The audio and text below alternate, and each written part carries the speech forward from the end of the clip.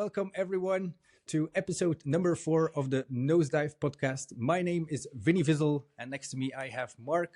And today we have a special guest coming to the podcast, somebody that is well known for his efforts and his contributions to the Onewheel community, somebody that I've wanted to talk to for quite a while. He's quite involved in a lot of stuff in the community, so really looking forward to that one.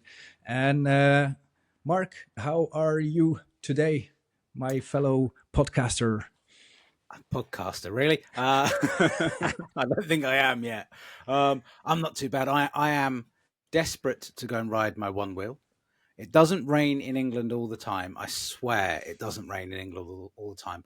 However, for what is seemingly the last couple of weeks, either I've been sick or it has been raining, or like today, really fine drizzly rain, and my board has been in my car all week.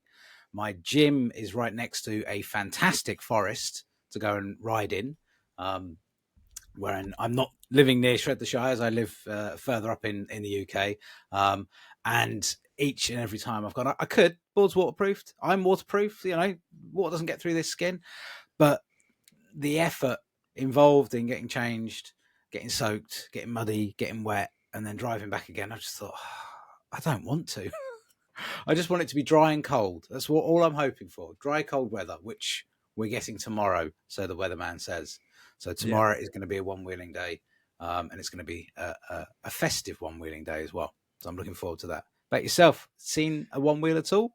In the last few weeks, very few. I've been tingling with some Onewheels to change some stuff. I've been trying to make a video for the last 2 weeks for my YouTube channel, but I haven't been in my element and things have been going wrong. So now I'm scrapping all the pieces that have been going wrong together to try to make a video of that. We gotta share the good, the bad, and the ugly. It's been quite a hassle to get something together, and especially riding the Onewheel. I went for some forest walks in between my working sessions. I live next to a forest, but the forest currently is drenched. Onewheel, even with the biggest tire, wouldn't get you through there. So currently trails are totally out of the question in Belgium. We do have the streets, so I've been trying to play around with the street boards a lot, but I've been wrecking sensor pads like for days. My sensor pads have been 3 years old, and since I've been going hard on the tricks lately, it really it shook them up. My board took a few tumbles, and the sensor things are pretty sensitive for those. So I've managed to find some new sensors, luckily.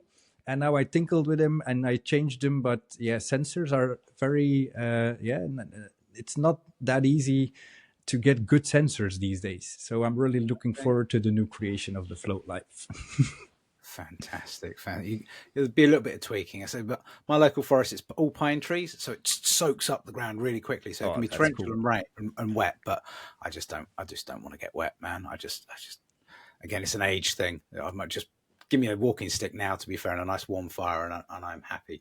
Speaking of tinkling, our guest is waiting in the wings already. He's prompt and on time, which I love. Right, should we let him in? Yeah, let him in. Let's say a warm welcome.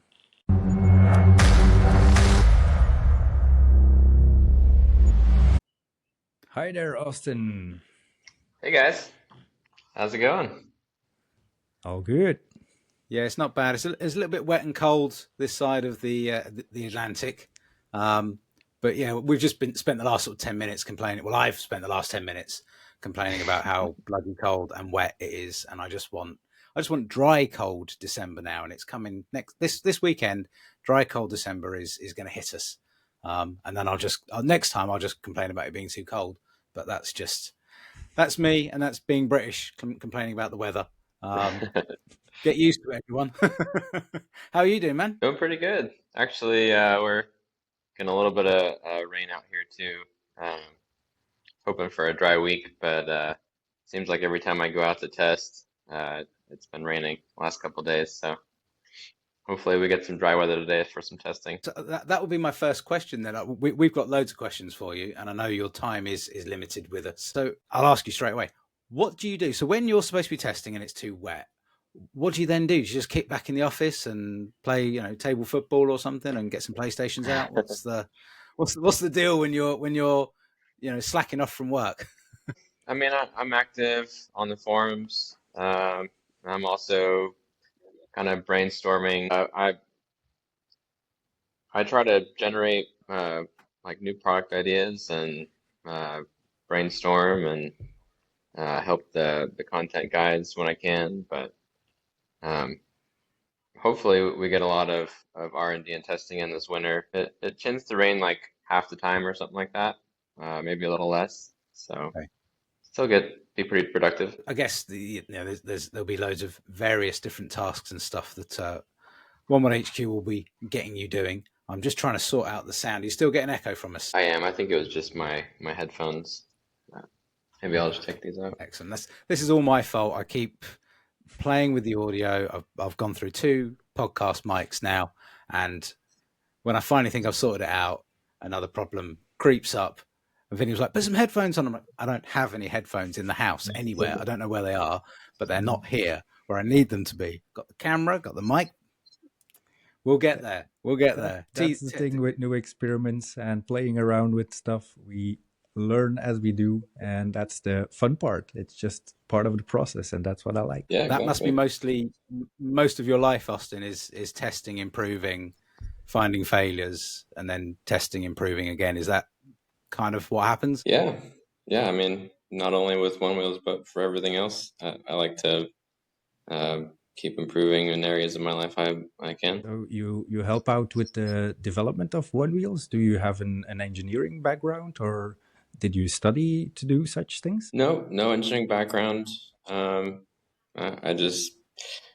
like to understand things. I'm a fast learner, and I'm mostly just doing the writing portion of things and bringing ideas from the community and presenting them to the engineers here. How receptive are they to the ideas of the community? Are there things that you've pitched and they've gone, no chance, no way, and other things they've actually embraced?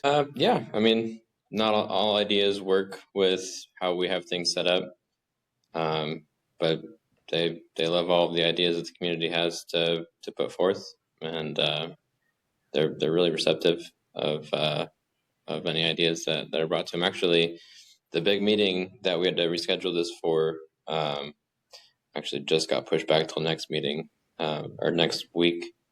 But we're gathering the whole office, all the different departments here at HQ at least, and then we're doing like a big idea brainstorm, similar to what we did at the Writer Summit last year, but from within the office now. And is that sort of looking to things for the next 12 months, the next 24 months, or is it just kind of get all the ideas on the table? Yeah, just to get all the ideas on the table.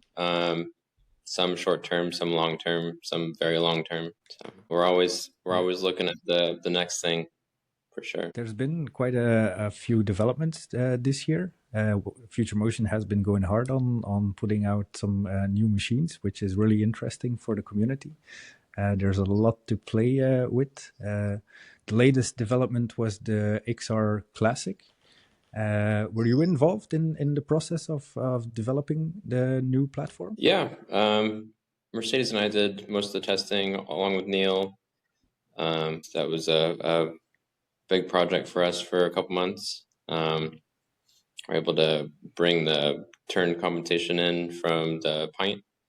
And yeah, next we're looking to bring that into the GT and GTS as well. So how do you experience that collaboration with Future Motion? Do they come up like with stuff and you get to test it, or do you guys get to gather the feedback and then the engineers dial it according to your feedback? How does that relation work? Yeah, I mean, as far as like how new ideas originate, some of them come from the engineers, some of them come from us, some of them come from the community. Next week, some of them will come from employees. But yeah, it's just like a feedback loop. We go out and test and report back, and with that feedback, they make adjustments, and we go test again, and just that same feedback loop over and over until we're happy. So can I ask, When you were first presented with the idea of the XR Classic, did they the engineers give you an idea and you ride out? And what was so if you can cast your mind back to,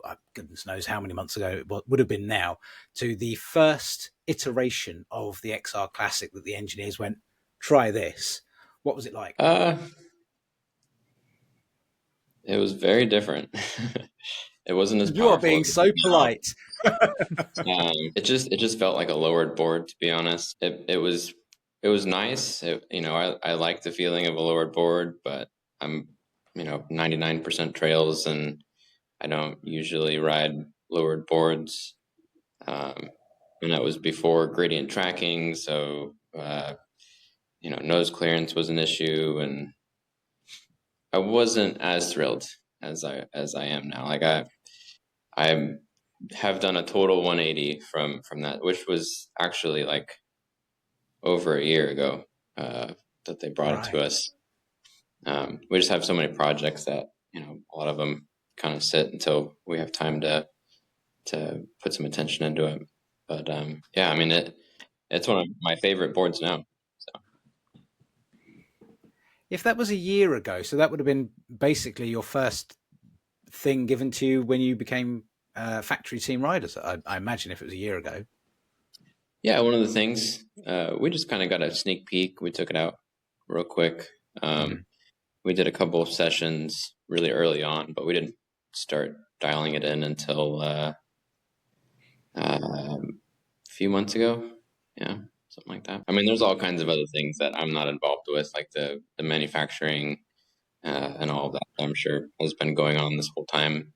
So maybe it hasn't just been sitting waiting for us to work on. I'm sure there are other things that I'm not part of. And out of the three platforms that they have available at Future Motion, which one would be your favorite? The Pint platform, the XR, or the GT platform?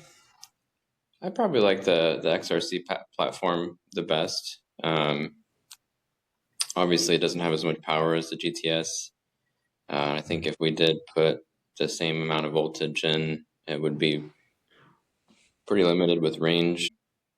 But the platform's definitely, along with gradient tracking and more nose clearance, is the most comfortable platform, most maneuverable so far. You're not just saying that because there's a big poster of XR Classic in front of you saying, talk about how good this board is. No. Yeah, like I said, I did not expect to like it as much as I do. Just something with the extra power we put into it, and it being lower but still having gradient tracking, so the clearances are good, and then the turn comp is really good. We still haven't dialed that in on the GTS yet, although it's getting close. For the people who don't know what gradient tracking is, could you elaborate on that a little bit? Sure. Gradient tracking basically takes what load the motor is receiving, and it determines if you're going up an incline or down a decline, and it'll adjust the angle of the board to try and match that incline up to a certain speed. As I understood, you were also involved in the putting or the development of the gradient tracking. Is that correct, or did I read that wrong? Yeah. I mean, we've kind of settled into our. Sorry, what's that? So what is the process of that of that initial stage of this is what we need to do to the point of this is the end product? Is that a complicated sitting in a lab with computers figuring out different tracking, or is it constantly taking the board out, ride, and adjust on site? I'm fascinated to find out whether they make those adjustments in the field, so to speak, or you have to go back and then do it again and then go back out again. No, yeah, we go out and test and come back, and they'll pull the logs and take a look at everything and take a look at our feedback and make some adjustments. Sometimes big adjustments, sometimes small adjustments, and we take it back out again. And yeah, sometimes we're doing 3-4 batteries a day, but most of the time it's like 1 or 2. I have this slightly glamorous vision in my head. I watched the MotoGP motorcycle racing, and had this sort of glamorous testing phase of you racing in, and then the engineers coming up to you with clipboards and you getting every single thing out of your brain straight away, and then them zipping off to a computer to change a few adjustments, and then fresh battery, out, go again, maybe a little bit of water if you're lucky. Sometimes it's like that, yeah. Actually, sometimes we will go and do some like tethered testing when they need like live data or whatever. We've gone out and basically been tethered to a laptop, tethering a one wheel to a laptop, and it can get sketchy sometimes. Actually, one time that a couple people showed up to the headquarters here, and I think they just wanted to try a board or something like that, and we were out front testing on a tethered pint, and yeah, I think some wires got twisted or something, and it started ghosting, and it was a wreck, and yeah, it was kind of awkward with the two guys just trying to get their first impression of a one wheel coming up. I'd love to be wouldn't love to be the engineer that has to hand you the laptop, the sort of the sacrificial laptop that may or may not come back in one piece or 1 million pieces.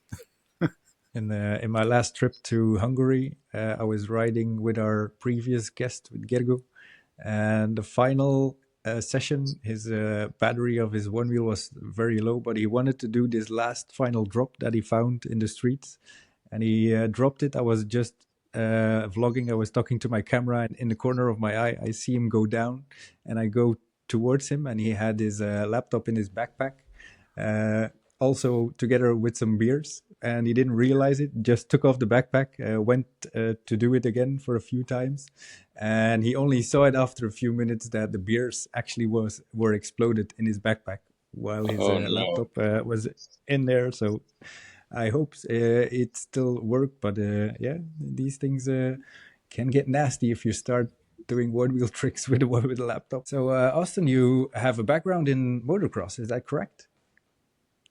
Yeah, as a kid, I raced motocross, and did a couple seasons as an adult as well. Yeah, and I was also an avid mountain biker, so I like to try and bring aspects of those cultures into the one wheel culture. How does that translate for you to one wheel racing? Because you have a background in motocross racing. Do you have any benefits from that past? Sure. Yeah. I mean, on side by side racing, I know how to set up passes, how to time passes, and I think jumping 10, 15 feet or whatever we're jumping these days feels kind of small compared to what I was doing on a moto. So I'm sure that helps. Having all of the adrenaline at the starting line on a motorcycle, you're lined up with 20 plus other bikes, and they're all pinned, and it's very loud, and it's much more stimulating than like a one wheel race. So I think that prepared me quite well. I mean, standing at a start line at Race for the Rail, for example, with 4 of you up there, it's just sort of not even a low hum of any noise, just the sort of the quiet as the board's just sort of rocking back and forth as people are getting ready. Isn't 20 motocross bikes revving the nuts out of the engines to get that pop to go. Not quite the same, is it? It's more of a sort of a tranquil, just riding my little one wheel down the hill, not quite the same, but so I can imagine the balance same. But are the nerves you experience, whatever you want to call it, the adrenaline, the same for you compared to a motocross race, to the Race for a Rail, for example, and other events? Yeah, it's very similar. That's actually why I like one wheeling so much, is you get the same thrill going off a 5-foot drop or jump than you would going off a 100-foot jump on a bike. Same thing, versus mountain bikes. You just need a lot more terrain, a lot more speed, a lot bigger hits to get the same rush as you do. You can basically find any terrain on a one wheel, any trails or whatever. It's just really easy to have a good time, and get that same rush with less risk. Yeah. And do you like also when you prepare for racing? Do you have any rituals? Do you go down the track and look for markers like they do in motocross? Yeah, so that's one of the things I take from motos. I'll go and walk a course, or take it really slow if it's a long course. I'll take it slow and stop and look at different features. I'll look for braking points and accelerating points and entry points for corners, and kind of work one feature, one corner at a time until I'm pretty comfortable, I have a good idea, and then I'll go and take a lap at 60, 70% and, see if those lines pan out the way I expect them to, and if not, stop again and, analyze some different lines and then start slowly taking the pace up once all the lines are down. And then as the speed comes up, I'll adjust the braking points if necessary. Yeah, interesting, because I was rewatching the Race for the Rail finals video, and after the start, you were in second place. You came out of that first sharp corner before the straight line into the waterfall, and there you find such a speedy line. You can see the other riders bumping around, and you were just flying through that line to the waterfall. Took it really good, and then the others all took a hit probably on the waterfall.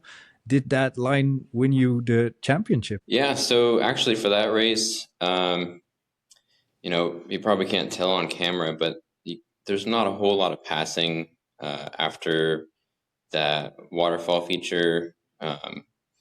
Basically from there until the last couple of corners, it's really hard to pass. You have to be like significantly faster than the person in front of you, which none of us are. We're all within, 2 to 5% of each other. And, in some of those areas, you need to be like 20% plus faster to pass. So I focused all my energy on the first two straights in the first corner, because I knew, it was critical to get ahead early, so I wouldn't have to worry about trying to find a pass for the rest of the course. So 80% of my practice on that course was going from the start gate to the first corner to the waterfall and then back. And I was just doing that top section over and over and over.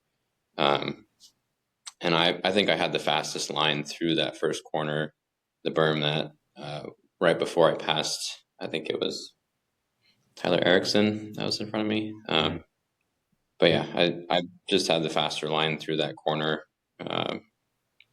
which allowed me to get around him after it. You did an awful lot of races and a lot of tracks last year and over the last sort of 5-6 years. What types of tracks do you enjoy the most? Is it the wide ones, the skinny ones, the ones with loads of features, straight ones, fast ones, long ones? A little bit of everything. I mean, depends on how the race is structured. I still don't think we have a good side-by-side course. Seek and Shred's pretty good, and Race to the Rail's decent. But yeah, I think we really need, if we want to grow as a sport, we really need like a custom-built course, something closer to a moto track where it's wide, there's passing available in every straightaway, over every feature, through every corner. Just so you can get really a lot of back and forth and you don't get hung up behind people like we tend to do now. But in general, I like, more features, more technical stuff, but also some fast flowy sections, like a good mix of tech and flow, whether it's on the race course or whether I'm just riding. I usually like a good mix. And will we see other boards on a Race for the Rail next year, like the XR, or is that really going to stick to the GTS because that's probably the fastest board that Future Motion has right now? Yeah, I mean, you're welcome to race whatever board, whatever Future Motion board you want at Race to the Rail. But okay. I think I don't know if we're gonna put a higher voltage battery in the XRC, but I could definitely see people choosing that board if that did happen. I'd love to see everybody just go down on a pint. I'd like to see a Race for the Rail pint race. Yeah.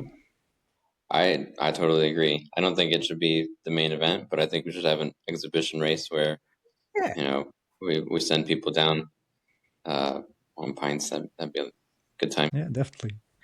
Screen time would be longer. The race would take longer. You know, more advertising, more screen time. These sorts of things count when it's you know, rather than a couple of minutes, you've got sort of 5 minutes or so. Everybody falling off the pints and picking them up again, and because they'll be squirreling all over the place. I reckon it could work. Yeah, nice little demo event. Be beautiful. Take that to the big meeting next week, and I'll wait for my ticket to come and watch next year. That'd be lovely for me. Got it. Is there any particular race gear that you cannot, aside from the board? Is there any particular race gear that you make sure that you absolutely have, like your go-to thing? I mean, I try to stay protected most of the time, especially when I'm racing. But yeah, I wear head to toe. I wear dual axis knee guards that cover my shin, hip pads. I wear chest protector, back protector that has elbows and kind of pads over my kidneys and stuff, and yeah, wrist guards and a full face helmet. So I'm pretty padded up. And I guess that's the same for when you're testing out an experimental board, or do you just scale it back a bit, because that would just be, you'd overheat all the time? It depends on what kind of tests. Usually the first couple of tests, I'll definitely go out with full gear. Yeah, some things aren't as reliable in the early stages, so definitely want to wear all of my gear for that. And then as being so polite. So polite. You don't want the engineers tricking your board at some point and oh yeah. You think we're not safe? Okay, just see how the next ride goes, mate. There you go. So polite. Yeah, I mean, someone's got to work all Things those can go wrong. bugs out. Yeah. Yeah. But yeah, I mean, as I understand more how the board's going to react and what to look for, and as we get towards the later stages of testing, I'll probably just go out and knee pads, wrist guards, and a helmet, something like that. Save my upper gear, mostly just out of being lazy. Honestly, it's a good temperature out here to wear my upper gear all year long. Yeah, it is something of a hassle, because I remember from I came from skateboarding and snowboarding, and that's like a sport. Skateboarding, you just take your skateboard, you roll it out, and you're gone. I didn't really wear protective gear like with snowboarding. It's already, you have to put on your boots, your snowboard, a bit more effort. But then came the Onewheel, and suddenly you had to take into account battery life, tire pressure, other sorts of gimmicks, settings. I was like, whoa, what is this? I was a bit overwhelmed at the beginning because of all that stuff. And in the first 6 months, I still preferred my skateboard. I was like, this is hassle-free, let's go.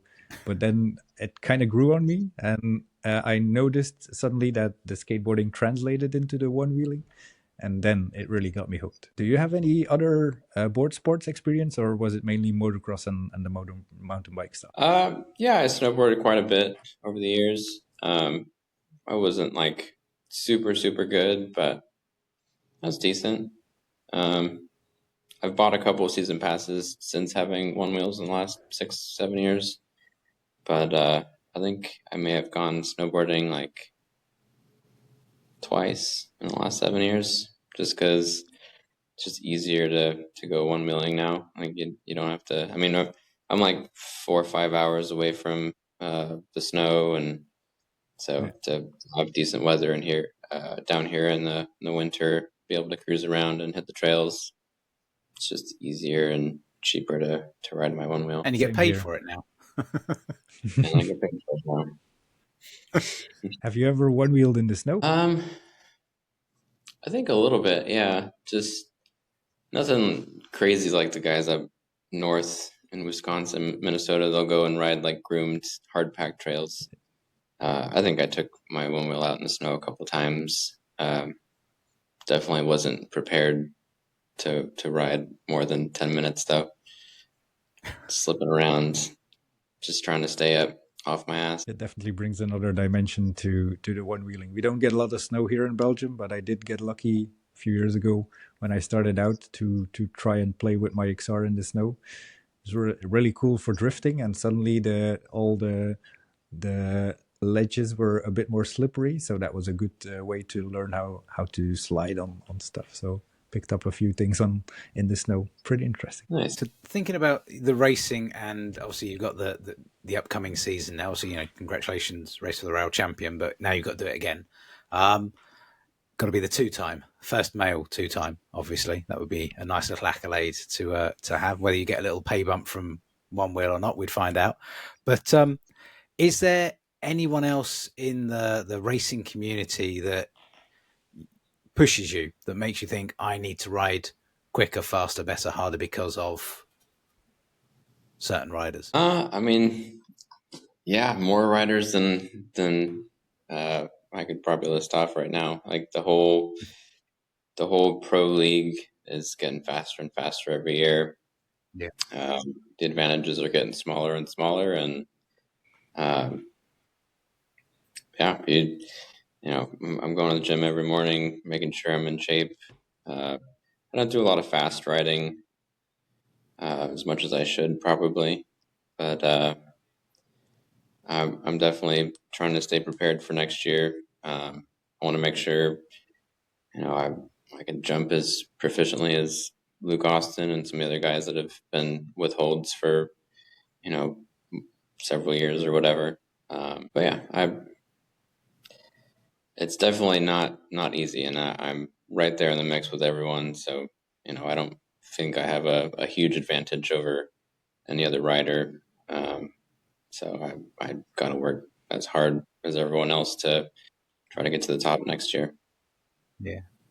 When I looked at the ORL sort of rankings, and I looked at sort of the 1, 2, 3 placings from Race for the Rail, and there's not a lot in it. I mean, there's always the top sort of ranked riders, but when you look at the positions of everybody across various different races, there's those that got the first, second, fourth. You had people that got sort of 13th position and 8th and 1st and 20ths.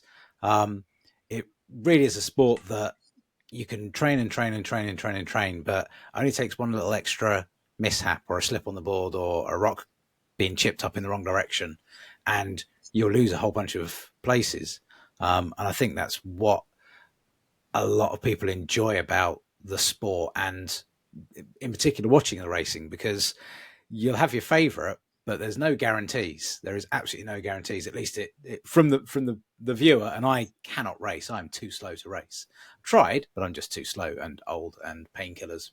That goes back to the last episode.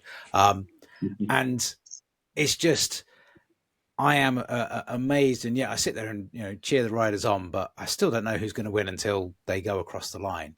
Does it feel like that for you? Do you have the same sort of thoughts, or do you just go, no, this is my race? It's usually pretty correlated to how hard I train at that specific course. Right. If I'm there a couple days early, a week early, and I'm putting in the time to learn the course, I usually do pretty well. So yeah, my expectations kind of come with how prepared I am for that specific weekend or course. Yeah, that's mainly the thing. Last Like in couple Europe, we races- have. Sorry, yeah, like the last couple of races, I had a lot of other things going on. We were kind of in like a tight schedule, and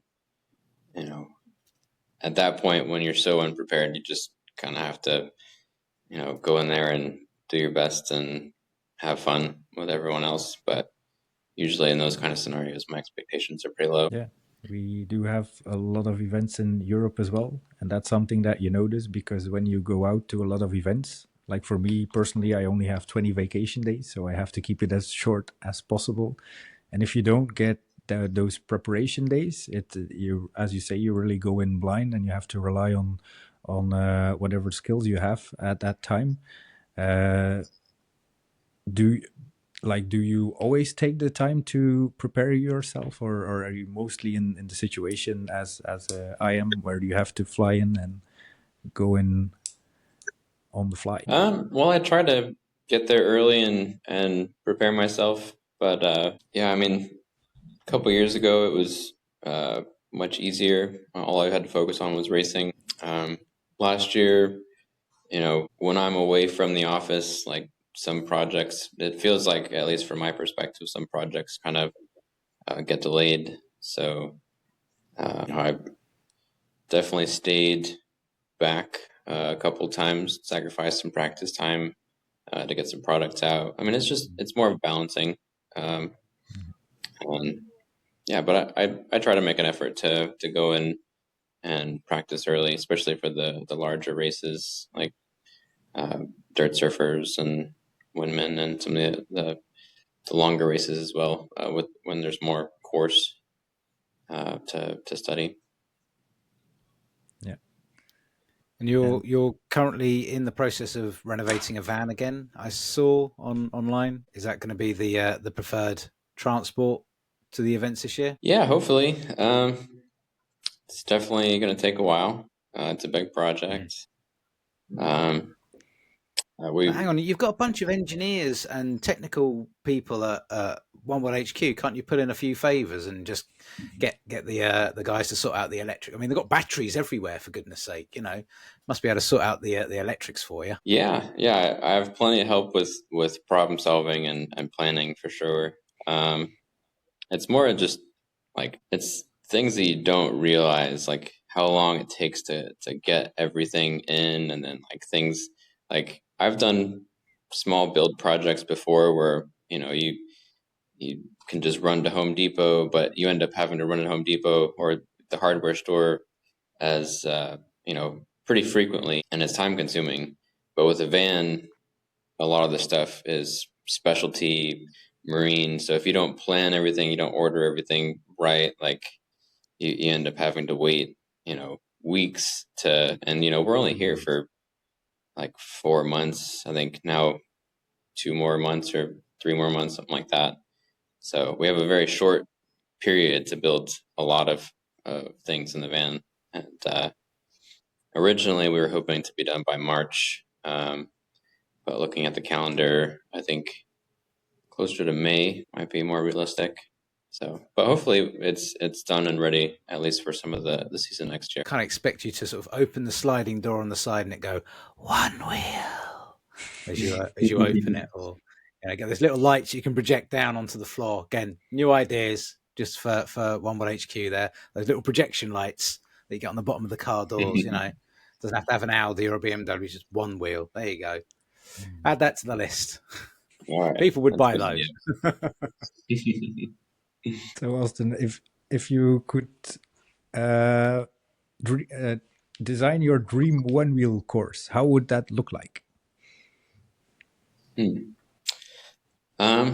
Well, it'd probably be about 20 feet wide along the full course, and mix of terrain, some sand, some hard pack, big wide BMX type berms where we can go 2, 3, 4 wide,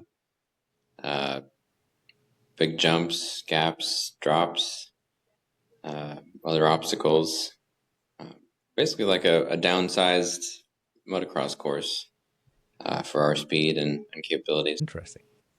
I hope that my Shred the Shires team are taking notes for the for our track next year. I'm certainly taking notes. That was one of the things I said to them last year. Was I was riding around a giant lake and I was like, the track needs to be this wide. It was probably about 18 foot wide of the track, just going all the way around. But they had some nice little pinch points in there as well. But I'm sure they'll be taking some notes. But I ain't building that many features, guys. I'll tell you that now before you start asking me again. When you are racing, what is your typical go-to PSI in the tire? Depends on the course. If it's a really smooth course, say like beginning of the year, we have a race down in San Diego that's on a BMX track, so it's all it's pretty much like pavement. It's like a dirt with a glue mixture, but it's smooth. So I'll run like a higher pressure on something like that to get the most nose and tail clearance and the least drag from the tire. And then something like the qualifying course for Race to the Rail last year, which was super rocky and sandy. Basically the complete opposite. I'd run very low pressure. I usually tell people to have a pressure window of like 7% of your body weight up to 10% of your body weight, and just kind of play around within that range. But I'm usually I'm at like 150, 160, something like that. Usually between 10 and 13 pounds my tire. Everyone's taking notes at home. I'm sure they will be. I'm sure they will be. I'm just looking through the list of questions that we've prepared ahead of you. One of the ones that I want to ask, and I think Vinny probably wants as well. If you had unlimited resources within Future Motion and they just went, Austen, what do you want? We will make exactly what you want. What would that board be? What would that look like? I definitely would start with a larger board, with suspension, larger tire, larger battery, more powerful. You're starting to describe a motocross bike here. If you start saying 2 wheels, we'll be gone.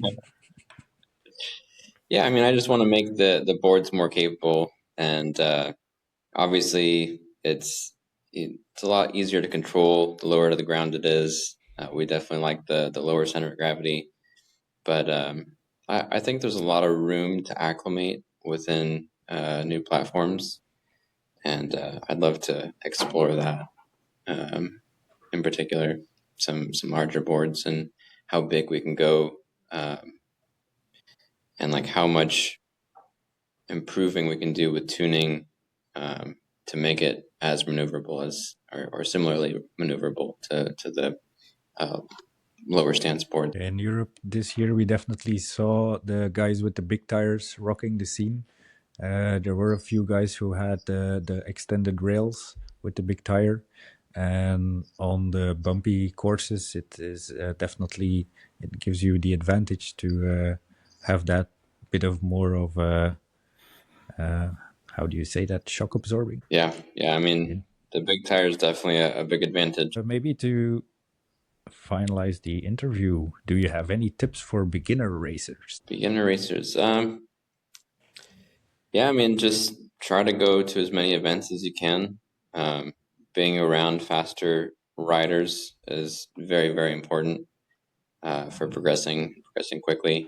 It's only so much you can learn from videos and studying, but being around faster riders, chasing them around, is probably going to be the most helpful in learning. So just get out to the events, keep your expectations low, and if there aren't beginner classes at your event, talk to the organizer about hosting some beginner classes to because you want to compete with people that are close to you. It's really important in competition to have like closely matched competitors, because it's just it's discouraging to go out and race the amateur class or whatever, where the top of the class is like 10 times faster than a beginner. So yeah, just get out there and start meeting people. I have one final question that I've just thought of and I didn't even write down. Where do you keep the sword? Because I would wear it on my hilt. It would be with me all the time. A little ashamed, but it's in my locker at work. It's just kind of sitting buried. Is that in case there's any disagreements with Bodie or Kyle or Jack or anyone like that? You just gonna go to the changing rooms, boys, and just right. Okay, now what were you saying? And just present the sword again. It's more to have to do with my ADHD. I just kind of set it down there and haven't touched it since. Maybe it'll find a nice place in the van conversion, a nice mount or something. To who knows? Well, hopefully, maybe in the office we'll get some type of trophy set up somewhere where we can start displaying our trophies. Unfortunately, living in a car, like all of our trophies are just sitting on a shelf in storage. So, I mean, to that note, the rail is actually in a decent place in my locker here at work. At least I get to see it right. All right. Thank you so much for joining us, Austin, for having this little chat. It's amazing to talk to some of the guys across the pond. We get some more insights and some more views on what is going on. Really nice to meet you, and hope to run into you in one of the events in the future. Thanks for having us. Thanks, man. Thank you very much. All right. What an interesting chat with an awesome bloke. I really enjoyed that. And Mark, I'm sure you were asking for that sword because you're in the Shires and he has to slay dragons and dinosaurs over 100%. there. 100%. 100%. Yeah. There was an interesting moment at the end of the podcast. We were talking about training and beginner tips, and something came to mind. My first actual training for me was my goose hunt. I was always chasing goose because he was one of the faster riders. And the main goal... This is goes, not chasing a ghost, although ghost sometimes does look like a bit of a ghost. No offense, ghost, but sometimes. Chasing goes. And for me, that was the best training I could wish for, because we were riding in the Ardennes, the Belgian hills, as I can say, a lot. And I was not as fast as Goes. And Jaffa also joined the bunch, which was also a very fast rider. And the main goal for me in the beginning was to actually chase those two in the forest. And coming from the back, it really, sometimes was quite intense. But after a full summer of doing that, I suddenly realized at Float Italia that I was getting quite fast. I think I had the 8th or the 9th place in the Float Italia race, one of my first races I did. And that really, showed me that coming from being the playful rider at the back and trying to just chase these guys with no intention, but to just get a bit faster, really helped me a lot. So if I can emphasize on that, on what Austin said, really try to look for riders that are like a bit faster and a bit better than you, and try to chase them, and you will immediately notice the progress. I couldn't agree more. I mean, quite a lot of one-wheelers, certainly I imagine in Europe, ride on their own quite often. I often ride on my own, or I'm with my kids who are on pints. So as much as I say they're not as quick as me, sometimes they're faster than me, with screams of, I'm getting pushed back already. I'm like, how are you getting pushed back already? Anyway, but when we did, it was before, I think it was before WOW 23, we met up with James and Kate, part of the team, and Clint and a whole other bunch of people down in some woods down in south of Hertfordshire near London.